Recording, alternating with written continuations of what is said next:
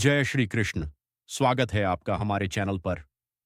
आज हम सुनेंगे पद्मिनी एकादशी की पौराणिक और चमत्कारी व्रत कथा, जो पुरुषोत्तम मास मलमास के शुक्ल पक्ष में आती है। यह व्रत सभी मनोकामनाओं को पूर्ण करने वाला और भगवान विष्णु की असीम कृपा दिलाने वाला है। आइए जानते हैं इस व्रत की महिमा और इसकी दिव्य कथा। राजा कृतवीर्य की चिंता कथा। त्रेता युग में है वंश में कृतवीर्य नाम के एक महान और प्रतापी राजा राज करते थे। उनके पास धन, धान्य, वैभव और एक से बढ़कर एक सुंदर रानियां थीं।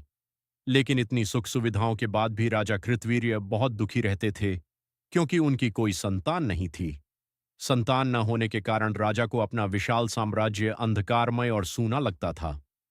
राजा और रानी का वनगमन, संतान सुख न मिलने के कारण राजा कृतवीर्य ने अपना राजपाट मंत्रियों को सौंपने का निर्णय लिया। उन्होंने तय किया कि वे अपनी महारानी पद्मिनी के साथ वन में जाकर कठिन तपस्या करेंगे, ताकि भगवान को प्रसन्न कर सकें। राजसी वस्त्रों और महल के ऐशो आराम को त्याग कर राजा और रानी भारी मन से अपने महल की सीमाओं को पार कर घने जंगलों की ओर चल दिए। प्रजा अपने प्रिय राजा रानी को इस तरह जाते देख अत्यंत दुखी थी। कठिन तपस्या और विफलता वन में पहुंचकर राजा कृतवीर्य और रानी पद्मिनी ने कठोर तपस्या शुरू की।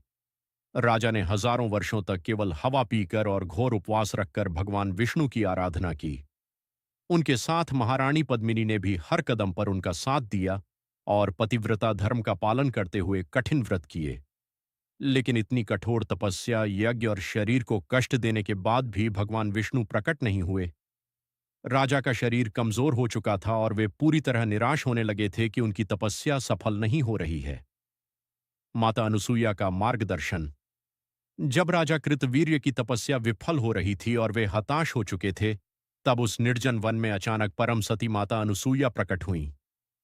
माता अनुसुईया ने महारानी पद्मिनी की पतिव्रता भावना और राजा की विफलता को देखा।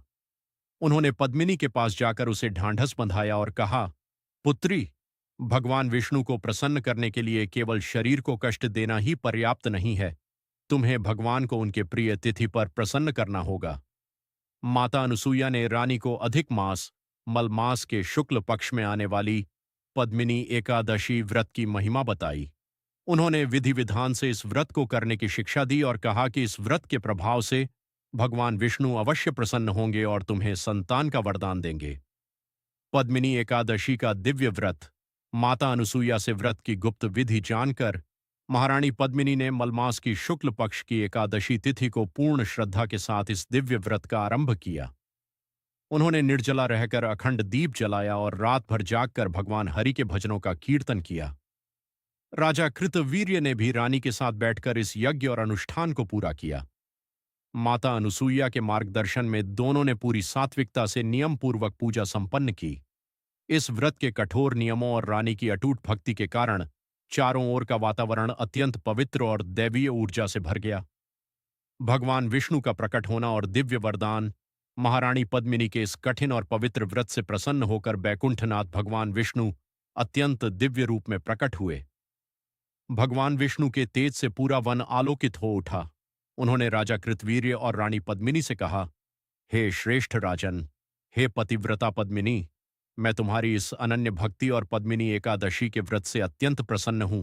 मांगो, क्या वरदान चाहते हो? राजा और रानी ने हाथ जोड़कर भगवान को प्रणाम किया और एक ऐसे सर्वशक्तिशाली पुत्र की कामना की जिसे तीनों लोकों में कोई न हरा सके। भगवान विष्णु ने मुस्कुराते हुए तथास्तु कहा और उन्हें वरदान दिया। इसी वरदान के फलस्वरूप रानी पद्मिनी ने एक प्रतापी पुत्र को जन्म दिया, जो आगे चलकर कार्तवीर्य अर्जुन सहस्रार्जुन के नाम से प्रसिद्ध हुआ, जिसने रावण तक को बंदी बना लिया था। जो भी मनुष्य इस पद्मिनी एकादशी का व्रत पूरी श्रद्धा से रखता है, उसे जीवन के सभी सुख और अंत में विष्णु लोक की प्राप्ति होती है। तो भक्तों, यह थी पुरुषोत्तम मास की महिमा और पद्मिनी एकादशी की पावन कथा। अगर आपको यह वीडियो अच्छी लगी हो तो इसे लाइक करें, शेयर करें और हमारे चैनल को सब्सक्राइब करना न भूलें। कमेंट में लिखिए, जय श्री हरि विष्णु।